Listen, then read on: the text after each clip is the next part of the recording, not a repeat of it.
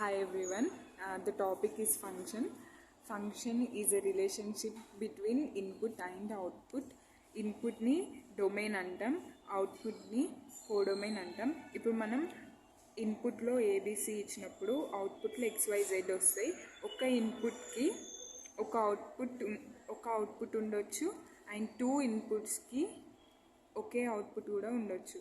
కానీ టూ అవుట్పుట్స్కి ఒకటే ఇన్పుట్ ఉండకూడదు.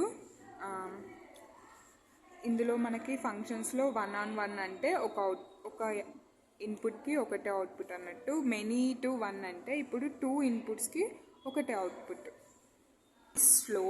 స్లోప్ అంటే the change of rate of y with respect to x అన్నట్టు.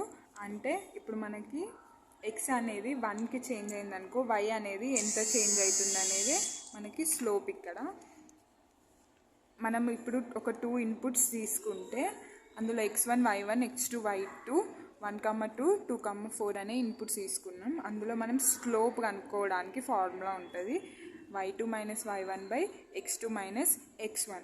ఇక్కడ మనం y2 అనేది 4 మైనస్ 2 అండ్ 2 మైనస్ 1 చేసినప్పుడు మనకు వచ్చే అవుట్పుటే స్లోప్. ఇక్కడ మనకి x 1కి చేంజ్ అయినప్పుడు y అనేది 2కి చేంజ్ అయింది అన్నట్టు.